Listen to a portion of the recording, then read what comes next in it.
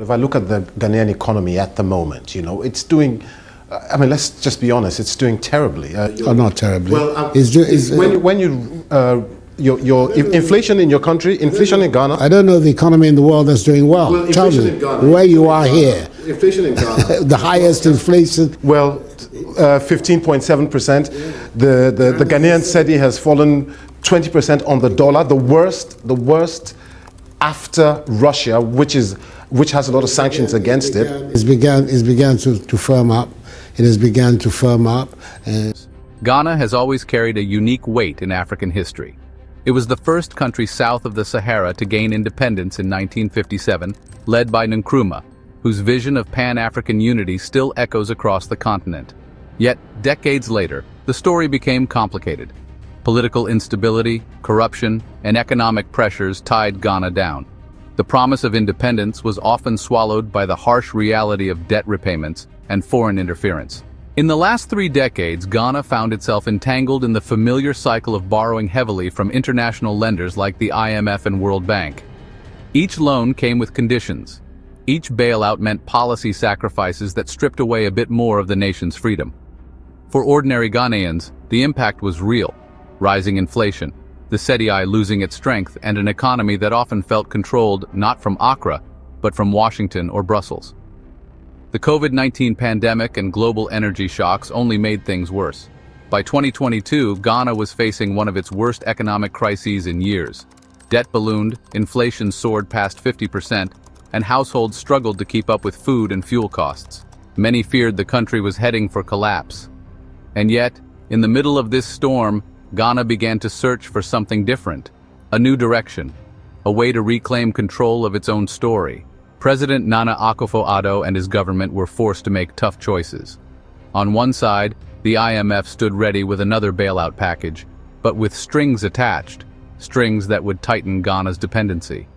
On the other side was an emerging African vision, building resilience from within, investing in local industries, and strengthening ties with other African economies through the African Continental Free Trade Area, AfCFTA, which Ghana hosts in its capital, Accra. For decades, Ghana's economy leaned heavily on exporting raw materials like cocoa, gold, and oil. But these exports often left the country vulnerable, because global market prices, controlled far away from Ghana, dictated its economic fate. In response, a new strategy began to form: industrialization, value addition, and regional integration. Instead of just exporting cocoa beans, why not build world-class processing plants that turn cocoa into chocolate and other finished products right in Ghana? Instead of watching foreign companies dominate its gold mining industry, why not establish local refineries and trading platforms that give Ghanaians a stronger stake in their own resources? These were not just technical questions of economics, they were political acts of sovereignty. The timing of Ghana's new approach is no accident. The global order itself is shifting. Western influence in Africa, once unquestioned, is facing challenges from emerging players like China, Russia, and even regional African blocs. The rise of the BRICS alliance has opened doors for countries like Ghana to seek partnerships outside the traditional Western orbit. At the same time, Africa's own integration efforts have accelerated. With the AfCFTA aiming to unite 1.3 billion people into the world's largest free trade area, Ghana finds itself in a unique position. By hosting the AfCFTA Secretariat, Accra has become the symbolic heart of Africa's economic integration. This gives Ghana not only influence but also responsibility to prove that African solutions to African problems are possible. But there is also a delicate balance. Aligned too closely with new powers like China, and Ghana risks falling into another cycle of dependency, just with a different face. Move too cautiously, and the people continue to suffer under old structures of debt and inflation. The challenge is to chart a path that is authentically Ghanaian, rooted in African strength, while still engaging with the world on its own terms. What does all this mean for ordinary Ghanaians? For Ama, a cocoa farmer in the Ashanti region, it means that the government's investment in local cocoa processing could one day give her higher prices for her harvest, instead of watching most of the profits flow abroad. For Kwesi, a young entrepreneur in Accra, it means new opportunities to trade across borders with less red tape, thanks to AfCFTA agreements. No longer limited to Ghana's domestic market, he sees the chance to sell his products across West Africa and beyond.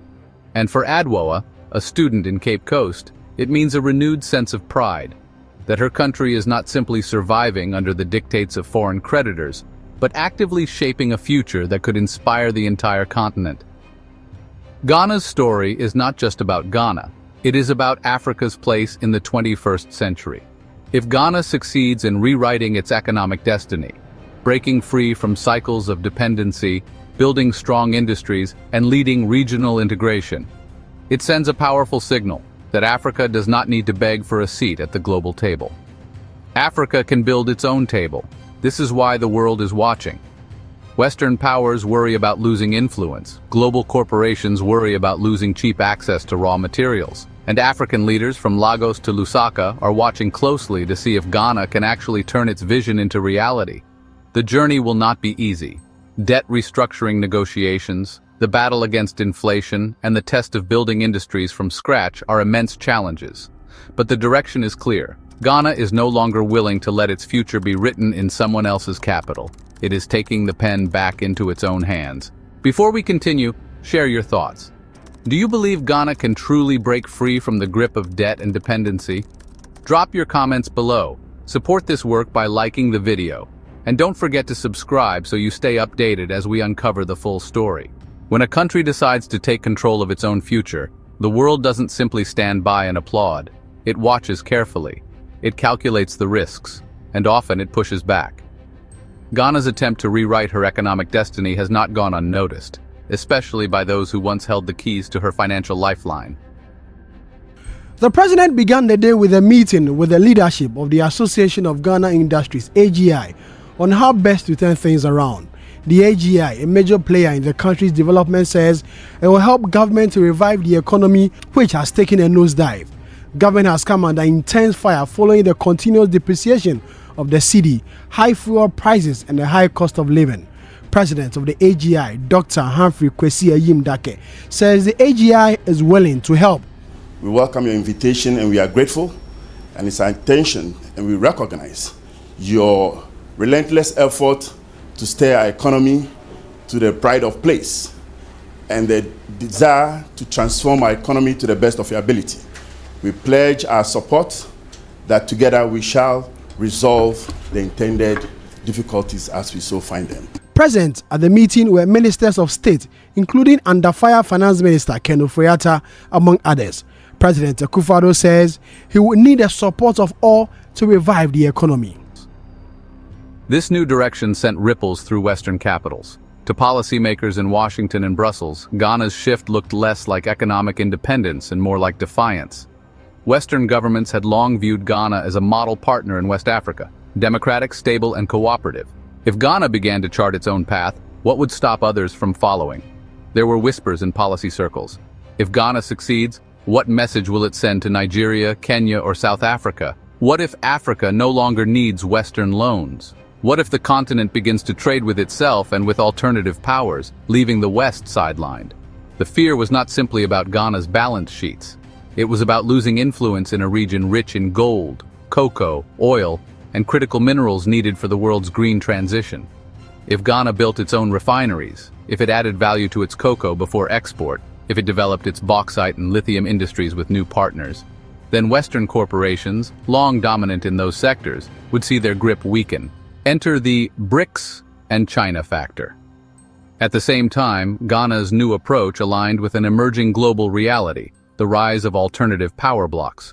BRICS, Brazil, Russia, India, China, and South Africa, had been expanding their reach, promising new financial arrangements free from Western control.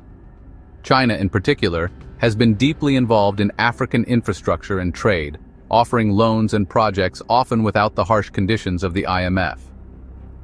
When Ghana announced its Gold for Oil program, critics in Western media painted it as risky and untested. But in Accra, it was celebrated as a bold step, using Ghana's natural wealth to directly meet the needs of its people without waiting for approval from Washington. It was a sign that Ghana was willing to experiment, to innovate, and to challenge the global status quo. Africa watches closely. Across the continent, Ghana's moves were being watched with keen interest. From Lagos to Nairobi, leaders and citizens alike debated, could this be a blueprint for others? Could Africa finally move beyond being just a supplier of raw materials and a borrower of conditional loans? For many Africans, Ghana's defiance stirred something deeper, a memory of Nkrumah's dream, a vision of a continent standing united and strong. Social media buzzed with conversations. Some hailed Ghana as a pioneer. Others cautioned that it was too soon to celebrate, reminding everyone of the dangers of corruption, mismanagement, and political instability. But one thing was clear. Ghana had reignited a conversation across Africa. The question was no longer whether dependency was harmful. The question was, how do we break free from it? Pressure and pushback. Of course, such boldness does not come without consequences. Western analysts warned that Ghana risked isolation from global financial markets. International credit rating agencies downgraded the country, making borrowing more expensive. Some foreign investors pulled back, uncertain of Ghana's new path. Behind closed doors, diplomats whispered warnings. Some aid packages were delayed. The message was subtle but clear. There is a price to pay for stepping outside the system. But in Accra, the response was equally clear. Ghana had already paid too high a price by staying inside the system. Inflation, youth unemployment, and a crumbling currency had shown the limits of IMF dependency. The people were desperate for a new model, even if it came with short-term pain. A wider geopolitical game. What is happening in Ghana cannot be separated from the wider geopolitical shifts of our time. The war in Ukraine, tensions between the US and China, the expansion of BRICS, and the debates about de-dollarization all form the backdrop. Ghana is not operating in isolation. It is part of a world where global power is being contested, and Africa is becoming a key battleground. For the West, keeping Ghana on side is not just about economics. It is about maintaining influence in a strategically important region. For China and Russia, offering support to Ghana is not just about goodwill. It is about gaining allies in their global competition with the West. And for Ghana itself, the challenge is to navigate this storm without losing sight of its ultimate goal, economic sovereignty. The stakes are high, the risks are real, and the tensions are mounting. Ghana's push for independence is not just a domestic story. It is a challenge to decades of global economic order. It is a test of whether African nations can truly step out of dependency and into a future they define for themselves. But before we move forward, let's hear from you. Do you think Ghana can withstand the pressure from global powers and stay the course? Share your thoughts in the comments, support this video by liking it, and subscribe. Gold has always been Ghana's most famous resource. Yet the paradox is that despite being Africa's leading gold producer, the country captured little of the wealth. Multinational companies dominated extraction, and raw gold was exported without value addition. Today, that script is being rewritten.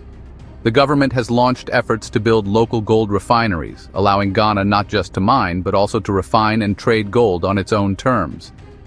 This strengthens the CDI, reduces reliance on foreign exchanges, and ensures more of the wealth stays in country. By controlling the gold trade, Ghana also gains leverage on the international stage, no longer simply a supplier, but a player. Hosting the Secretariat of the African Continental Free Trade Area, AFCFTA, was more than a symbolic victory for Ghana. It positioned Accra at the center of Africa's economic future. AFCFTA aims to connect 1.3 billion people into the largest free trade area in the world, unlocking trillions in potential GDP. For Ghanaian businesses, this means new opportunities. A shoemaker in Kumasi can now dream of selling in Nairobi. A cocoa processor in Takoradi can think beyond Ghana's borders to markets across Africa. Barriers are being lowered, tariffs reduced, and opportunities expanded. If AFCFTA succeeds, Ghana will not only benefit but also stand as a leader in the integration process. And for the continent, this could be the long-awaited answer to the question of how Africa can truly trade with itself instead of relying on external markets. Another critical piece of Ghana's new direction is agriculture. The government's Planting for Food and Jobs initiative has aimed to boost local production, reduce imports, and make Ghana more self-sufficient in feeding its population. This is not glamorous, but it is essential. A country cannot claim sovereignty if it cannot feed its people. By investing in local farmers, subsidizing seeds and fertilizers, and creating better storage and distribution systems, Ghana is working to ensure that the future does not depend on food imports priced in foreign currencies. No future can be rewritten without the youth. In Ghana, where more than half the population is under 30, Empowering the next generation is not an option. It is a necessity. From digital startups in Accra to mobile money innovations that connect rural communities, technology is emerging as a powerful engine of change. The government has partnered with private companies to launch coding academies, digital skills training, and innovation hubs. The goal is to prepare young Ghanaians not just to find jobs, but to create them.